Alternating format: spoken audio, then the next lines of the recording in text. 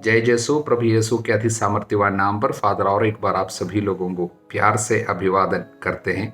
Bible तीर्थ यात्रा के 287वां दिन की व्याख्या में आपका स्वागत है। आज हम मनन करेंगे सबसे पहले प्रवक्ता ग्रंथ के 25वां अध्याय पर। इस अध्याय का 2 भाग है। पहला भाग 1 से 16 तक, वहां पर प्रशंसा के पात्र कुछ लोगों के बारे में बताए गए हैं। प्रशंसा, सम्मान, आदर के पात्र कुछ लोग। लेकिन उसके अंत में वचन 13 से, किंतु जो प्रभु पर श्रद्धा रखता उससे महान कोई नहीं। कई लोगों की महानता के बारे में बताया, लेकिन अंत में कहता है प्रभु पर श्रद्धा रखने वाले व्यक्ति की तरह और कोई नहीं है, क्योंकि प्रभु पर श्रद्धा सर्वश्रेष्ठ है। जिसे वो प्राप्त है उसकी तुलना किसी से नहीं हो सकती। इसलिए प्रियजनों, महानता के लिए ये करो वो करो, उसकी सब जरूरत नहीं है। महानता के लिए प्रभु पर श्रद्धा रखो। आप 10 करोड़ रुपया कमाने वाले से बढ़कर है प्रभु पर श्रद्धा रखने वाला एक व्यक्ति, क्योंकि प्रभु पर श्रद्धा सर्वश्रेष्ठ है। जिसे वो प्राप्त है उसकी तुलना किसी से नहीं हो सकती। भक्ति प्रभु पर श्रद्धा से प्रारंभ होती है। हालेलुया। और दूसरे भाग में पत्नी की दुष्टता के विषय में बखान किया हुआ है, जैसा कि मैं सिंह और पंखदार सर्प के साथ रहना अधिक पसंद करूंगा दुष्ट पत्नी के साथ रहने की अपेक्षा। पत्नी की दुष्टता पति की हालत क्या कर देते हैं उसके विषय में 31वां वचन, टूटा हुआ दिल, उतरा हुआ चेहरा, मन की व्यथा, ये सब दुष्ट पत्नी का परिणाम है। इसलिए एक पत्नी जो परिवार को पवित्र बनाने का सबसे मुख्य कड़ी है, यदि उसमें दुष्टता है, बच्चों की हालत, पति की हालत, सब बिगड़ी हुई हालत हो सकती है। घर बिखर जाते हैं। इसलिए एक पत्नी की पवित्रता प्रभु कितना चाहता है उसके विषय में यहाँ पर प्रवक्ता ग्रंथ में इस अध्याय में हम देखते हैं। हालेलुया। यिर्मयाह नबी के 15वां अध्याय, पहला संदेश यहूदा के ऊपर होने वाले दंड के बारे में। और दंड अनिवार्य, 4 प्रकार की विपत्ति उनके ऊपर आएगी, जैसा कि लिखा है, मृत्यु की ओर जिनके लिए मृत्यु बदी है, तलवार की ओर जिनके लिए तलवार बदी है, अकाल की ओर जिनके लिए अकाल बता है, निर्वासन की ओर जिनके लिए निर्वासन बता। इस तरह 4 प्रकार की विपत्ति उनके ऊपर आ रही है। वो अनिवार्य है, उसको कोई रोक नहीं सकता, क्योंकि पाप भयानक रूप ले चुके हैं। जैसा कि हम लोग बाइबल में पढ़ते हैं, पाप पूर्ण विकसित होकर मृत्यु को जन्म देता है, उसी तरह हो गया। दूसरे भाग में नबी का एक दुख भरी प्रार्थना है, और उस प्रार्थना में वो प्रभु से पूछता है, जैसे 18वां वचन, मेरी पीड़ा का अंत क्यों नहीं होता, मेरा घाव क्यों नहीं भरता। प्रभु तू मेरे लिए एक अविश्वसनीय नदी के सदृश है, जिसमें सदा पानी नहीं रहता। तो मुझे धोखा दे रहा है, उस तरह लग रहा है उसको, मेरा घाव भरता नहीं, पीड़ा का अंत नहीं होता। इस तरह बहुत दुखी होके अनेक लोगों के द्वारा तिरस्कार सहते हुए ये प्रभु का ये बंदा इस तरह प्रार्थना करता है। तब प्रभु एक उत्तर देता है। वो उत्तर हमको बहुत सुंदर एक संदेश देता है। इस पर प्रभु ने उत्तर दिया, यदि तुम अपने शब्द वापस लोगे, अपने शब्द, अपना शब्द मतलब जो शब्द प्रभु का नहीं है, ऐसा शब्द ये बराबर इस्तेमाल करता होगा, ऐसा शब्द वापस लोगे तो मैं तुम्हें स्वीकार करूंगा। हालेलुया। जो शब्द इस्तेमाल करने की अनुमति प्रभु नहीं दिया, ऐसे शब्द इस्तेमाल करता था। और यदि तुम अपने शब्द वापस लोगे तो मैं तुम्हें स्वीकार करूंगा और तुम फिर नहीं मेरी सेवा करोगे। यदि तुम निरर्थक भाषा नहीं बल्कि उपयुक्त भाषा का प्रयोग करोगे। इंग्लिश में ऐसा है, not despicable words but precious words. अच्छा शब्द, ऐसा अच्छा शब्द इस्तेमाल करोगे, जीवों पर नियंत्रण रखोगे, तो फिर तुम मेरी प्रवक्ता बनोगे। तब ये लोग फिर तुम्हारे पास आएंगे, तुमको इनके पास नहीं जाना होगा। ये इन लोगों के पास ये जा रहा है तो लोग भाग रहे हैं, लेकिन प्रभु बोलते हैं तुम अच्छा शब्द, जो शब्द मैं तुमको देता हूँ वही शब्द केवल बोलोगे, लोग तुम्हारे पास आएंगे। कहाँ से? कि अजय दीवार बनाऊंगा मैं तुमको, उसके लिए वे तुम पर आक्रमण करेंगे किंतु तुम्हारे विरुद्ध कुछ नहीं कर पाएंगे, क्योंकि मैं तुम्हारे साथ रहकर तुम्हारी सहायता और रक्षा करूंगा। हालेलुया। क्योंकि वो बहुत जब दुख बढ़ गया, इसके मुंह से कुछ निराशाजनक शब्द, नकारात्मक सोच मुझसे निकलते थे। जैसा कि हम पर देखिए 10वां वचन, हाय माता आपने मुझे क्यों जन्म दिया।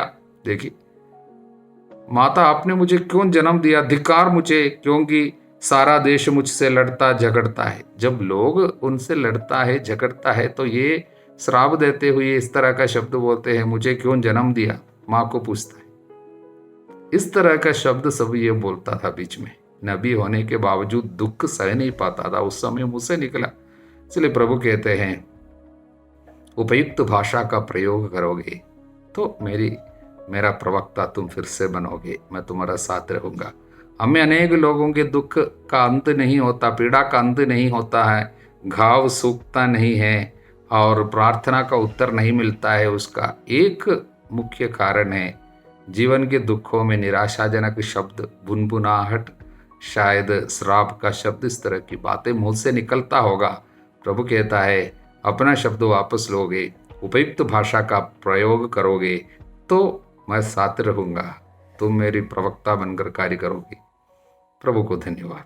यिर्मयाह के 16वां अध्याय के मुख्य संदेश नबी के पूरे जीवन को प्रभु लोगों के लिए, यूदा के निवासियों के लिए एक संदेश, एक साक्ष्य और एक चेतावनी बनाना चाहता, पूरा जीवन।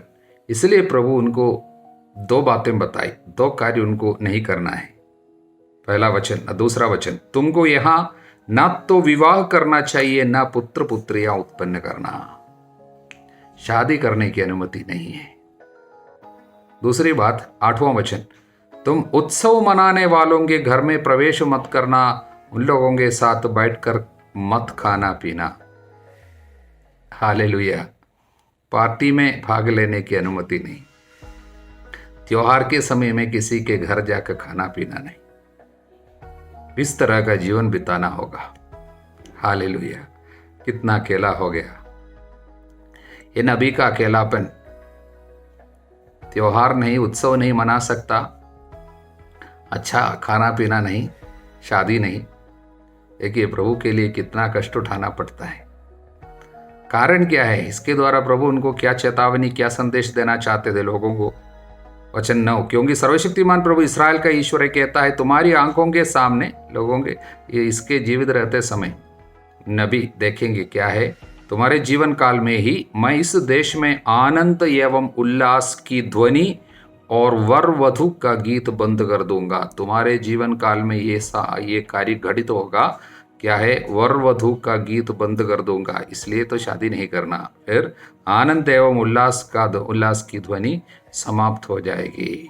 इसलिए पार्टी सब नहीं मनाना या उत्सव मनाने वालों के घर में प्रवेश मत करना। इसलिए ये चेतावनी जो लोगों को दी गई है, ये जरूर प्रभु पूरा भी होने दिया। मतलब क्या है?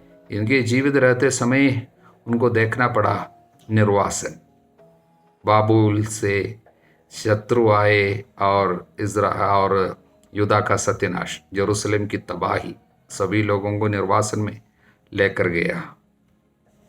ये सब इनके जीवन काल में उनको देखना पड़ा।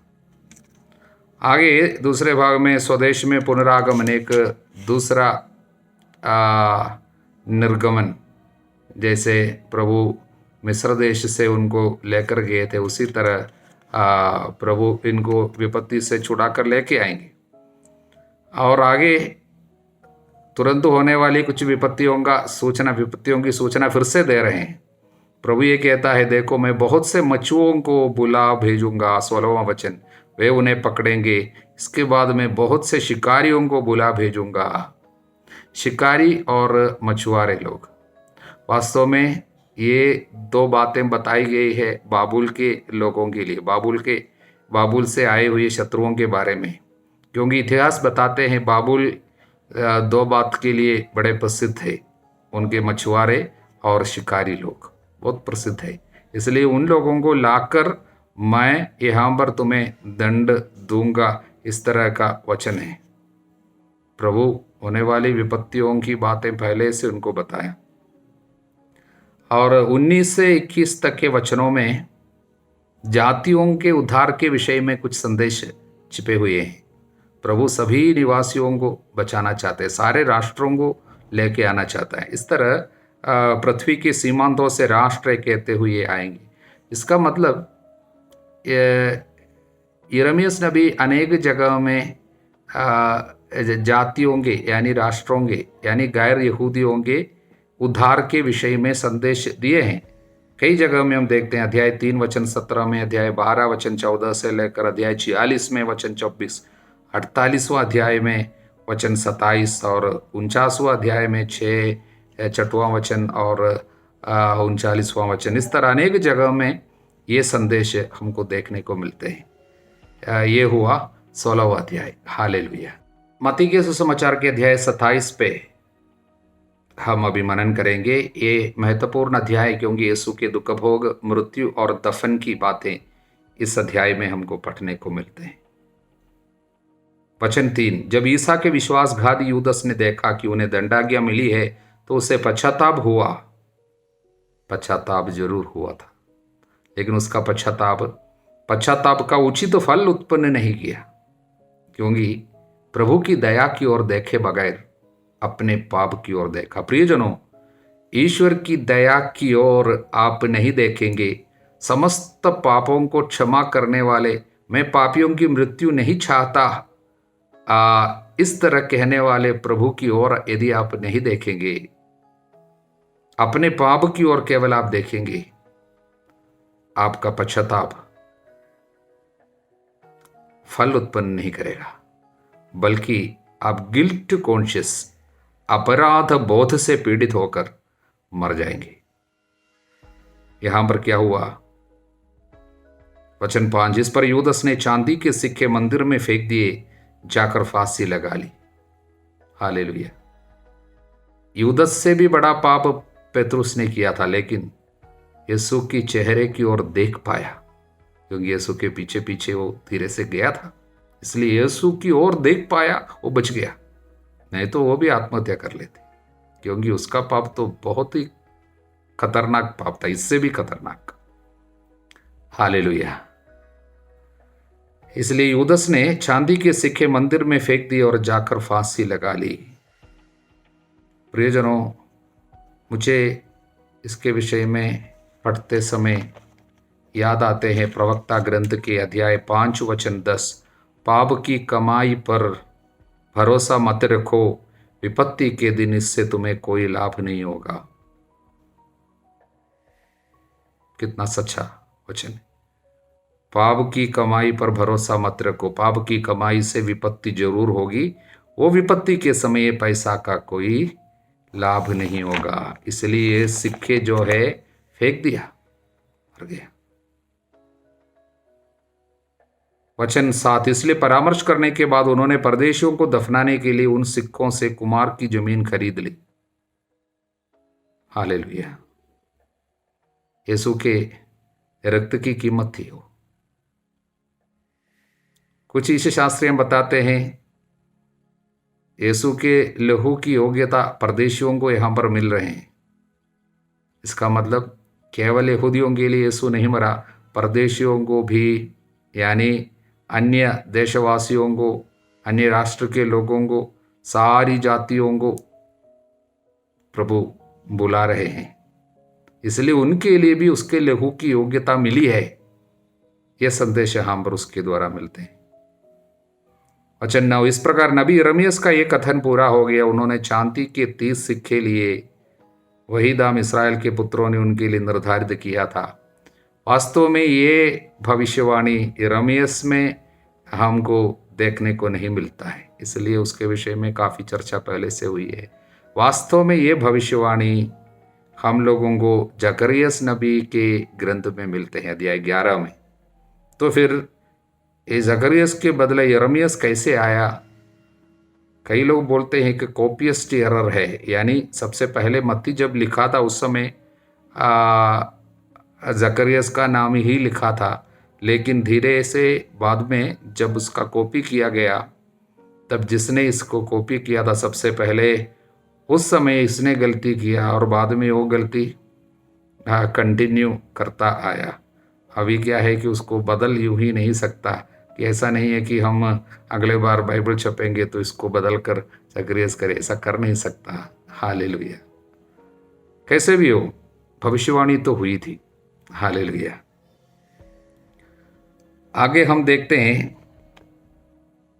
वचन 20। इसी बीच महायाजकों नेताओं ने लोगों को यह समझाया कि वे बरब्बास को छुड़ाए और ईसा का सर्वनाश करे। लोगों को किसने समझाया? पुरोहितों ने समझाया, नेताओं ने समझाया। और बेचारे लोग, उनको जो समझाया जाता है वैसे ही तो करता है। इसलिए ये वचन से संदेश हमें क्या मिलते हैं? जब पुरोहित दुनिया के रास्ते पे सांसारिक बन जाते हैं, कुटिल जीवन बिताते हैं, अधार्मिक जीवन बिताना शुरू करते हैं, प्रभु के वचनों का ज्ञान स्वीकार नहीं करते हैं, कितनी बड़ी विपत्ति लोगों में आ सकती है। ऐसे पुरोहित कलीसिया के लिए कितनी बड़े खतरा है। लोगों को यीशु के बदले बरब्बास को चुनने के लिए बात ही करेगा। ऐसे पास्टर लोग, ऐसे पुरोहित लोग, ऐसे नेता लोग अनेक लोगों के लिए पतन का कारण बनता है। इसलिए बाइबल हमको बताते हैं, सबसे पहले मैं अनुरोध करता हूं नेताओं अधिकारियों के लिए प्रार्थना करना। इसलिए प्रियजनों, पुरोहितों के लिए, हम पुरोहितों के लिए प्रार्थना करना। हालेलुया। नेताओं के लिए, अधिकारियों के लिए प्रार्थना करना। विशेषकर चुनाव सब पास आते हैं, कितनी प्रार्थना करनी चाहिए अच्छे नेताएं मिले, आत्मा पे संचालित नेताएं हमको मिले, उसके लिए हमें प्रार्थना करनी चाहिए। हालेलुया। प्रियजनों, यीशु हम सभी लोगों के लिए मारे गए।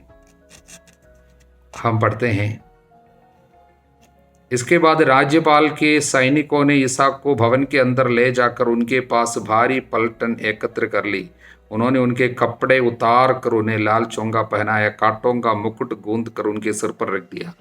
कांटों का मुकुट सभी अधिकारियों के लिए, राजाओं के लिए, नेताओं के लिए यीशु के दुख भोग की योग्यता अब मिलेगी। हालेलुया। और उनके दाहिने हाथ में सरकंडा थमा दिए। वो अधिकार के चिन्ह के बदले सरकंडा उन लोग व्यंग्य के रूप में दिया। हालेलुया। जितने भी अधिकारी है उन सारे लोगों के लिए यीशु के ये दुख भोग की योग्यता मिलेगी। वे उन पर थूकते, चेहरे पे थूका, पिटाई की। इसलिए जितने लोग दूसरों से अपमान सहते हैं, दूसरों का थूक अपने ऊपर लेते हैं, उन सारे लोगों के लिए प्रभु ने दुख भोगा, उनको यीशु के दुख भोग की योग्यता मिले। इस प्रकार उनका उपहास करने के बाद वे चोंगा उतार कर और उनके निजी कपड़े पहनाकर क्रूस पर चढ़ाने लगे।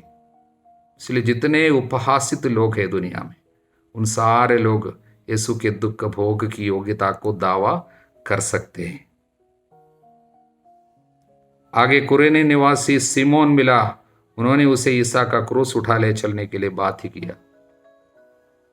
यीशु एक मनुष्य की सहायता स्वीकार किया। प्रभु को धन्यवाद। इसलिए हम भी समय पर दूसरों की सहायता, सब कुछ लोग ऐसा है दूसरों की मदद सब नहीं चाहिए, घमंड जब अंदर है, विनम्रता नहीं है, दूसरों की कोई मदद स्वीकार नहीं करेगा। हम सब अपने से करेंगे, हमें कोई जरूरत नहीं। प्रभु मामूली एक मनुष्य की सहायता स्वीकार, और ये मनुष्य, इसको पता नहीं था वो किसकी मदद कर रहे हैं। दूसरे एक व्यक्ति की मदद उसको करना पड़ा, भले ही बात ही किया गया, लेकिन वो कितना भाग्यशाली होगा। इसलिए प्रियजनों, हम दूसरों की जब मदद करते हैं, नन्हों में किसी के लिए जो कुछ किया, अब हम जानबूझकर यीशु के लिए ही कर सकते हैं। उस समय सिमोन को ये कृपा नहीं मिली, वो मतलब उसको पता नहीं था उस समय वो किसके लिए कर रहे हैं, लेकिन अब हम किसी की भी क्रूस हल्का करने के लिए मदद करेंगे। क्रूस उठाने में उनकी मदद जब हम करेंगे, हम ये बात जानते हैं हम यीशु की ही सेवा कर रहे हैं, क्योंकि यीशु ने कहा दूसरे किसी भी व्यक्ति के लिए, नन्हों में मतलब जो दुख भोगने वाले लोगों में किसी के लिए जो कुछ हम करते हैं प्रभु के लिए ही करते हैं। प्रभु को धन्यवाद, हालेलुया। और वे यीशु को क्रूस पर चढ़ाए और चिट्ठी डालकर उनके कपड़े बांट लिए। प्रियजनों, बिना कपड़े यीशु को क्रूस पर चढ़ाए गए। रोमियों की आदत ऐसी थी, क्रूस पर चढ़ाते वक्त कपड़ा नहीं पहनाते थे। लोगों के सामने कितना तिरस्कृत हुआ, यीशु नंगे होकर क्रूस पर चढ़ाए गए। आप सोच सकते हैं, ईश्वर होने के बावजूद इतना उपहासित निंदित हुए। किसके लिए? उन सारे लोगों के लिए जो दुनिया में तिरस्कृत, उपहास, निंदित और जिनके ऊपर बलात्कार की जाती है, उन सारे लोगों के लिए इस दुख भोगा। साथ साथ वे लोगों के लिए जो नंगापन के लिए बहुत रुचि रखते हैं, मतलब जो गलत गंदे पिक्चर देखने के लिए आदत में लगी हुई है, उनके ये लिए भी पाप क्षमा यीशु अपने नंगापन के द्वारा ला रहे। जो इस तरह के गलत गंदे पिक्चर सब बनाते हैं, दूसरों को भेजते हैं और इंटरनेट पे अपलोड करते हैं, उन सारे लोगों के पापों की क्षमा के लिए यीशु ये कार्य को सह लिया। और 2 डाकुओं को क्रूस पर उन्होंने यीशु के साथ चढ़ाया था, एक को उनके दाएं और दूसरे को उनको बाएं। इसलिए डाकुओं के नेता के रूप में यीशु दुख भोगा और मृत्यु अपनाया। इसलिए प्रियजनों, जब हमारे ऊपर भी दोष लगाया जाता है और एक डाकू की तरह हमारे साथ लोग व्यवहार करते हैं, कभी प्रभु हमारे लिए दुख भोगा। हम यीशु के दुख भोग की योग्यता दावा कर सकते हैं, और सारे डाकुओं के लिए यीशु के दुख भोग की योग्यता हमें दावा करनी चाहिए। इसलिए डाकुओं के बीच में वो रहा, उनको भी बचाना चाहा। हालेलुया। उधर से आने जाने वाले लोग ईसा की निंदा करते, सिर हिलाते हुए कहते थे, ये मंदिर ढाने वाले, 3 दिनों के अंदर उसे फिर बना देने वाले, यदि तू ईश्वर का पुत्र है तो क्रूस से उतर आ। लोग इस तरह निंदा करें। हालेलुया। ऐसे सारे लोगों के लिए, निंदा करने वाले लोगों के लिए, निंदा सहने वाले लोगों के लिए यीशु के दुख भोग की योग्यता हमें दावा करनी चाहिए। और इसी तरह शास्त्रियों नेताओं के साथ महायाजक भी ये कहते हुए उनको उपहास करते हैं, अधिकारियों से तिरस्कार मिलने वाले सारे लोगों के लिए यीशु के दुख भोग की योग्यता हमें दावा करनी चाहिए। हालेलुया।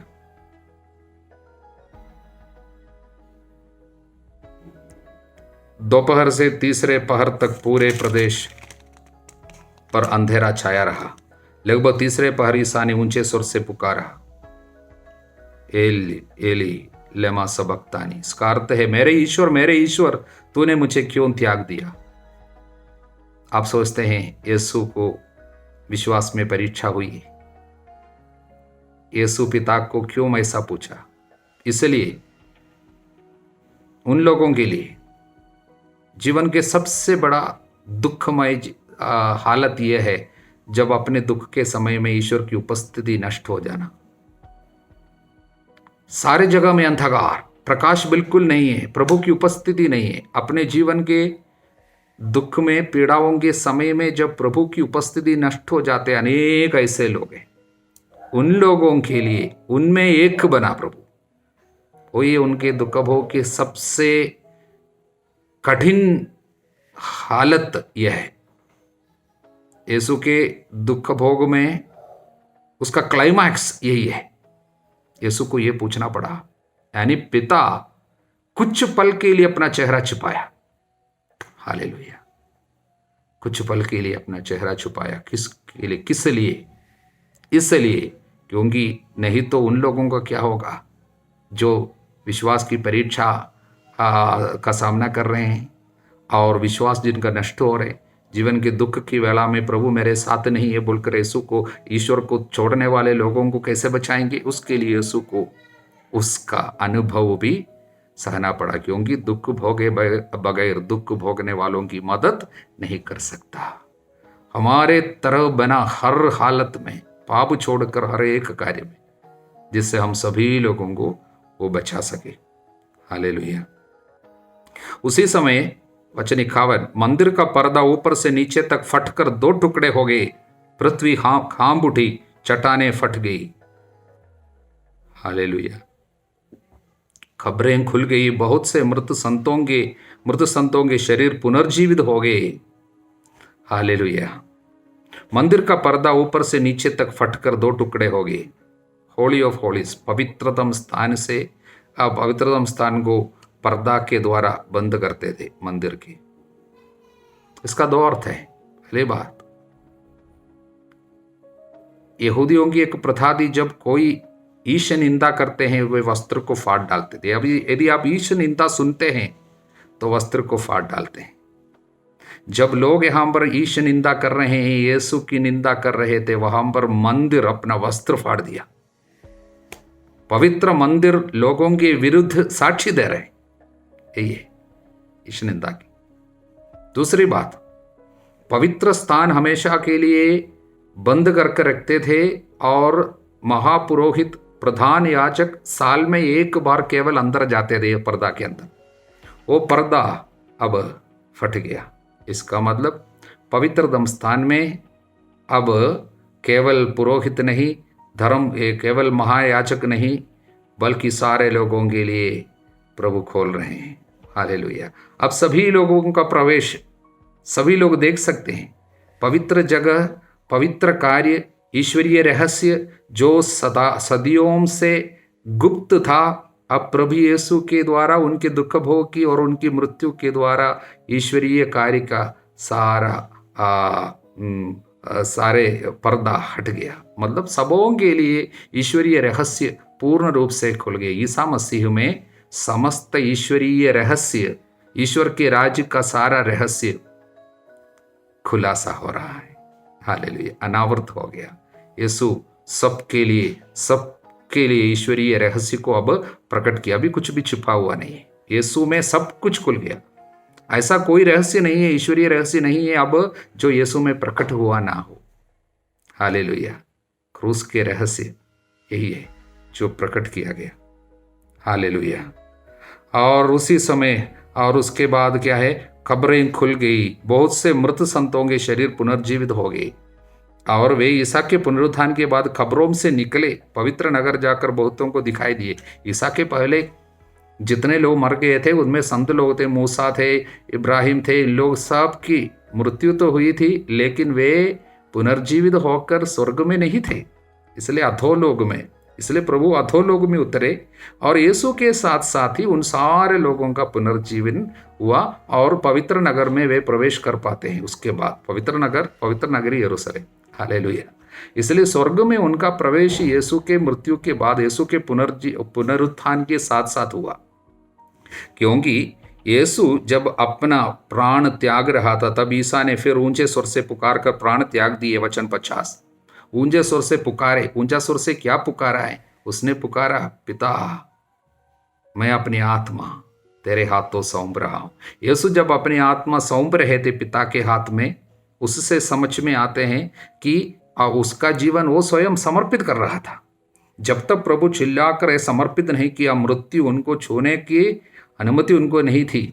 यीशु समर्पित किया तब जाके मृत्यु पास आया, नहीं तो मृत्यु डरते हुए दूर में खड़े। हालेलुया।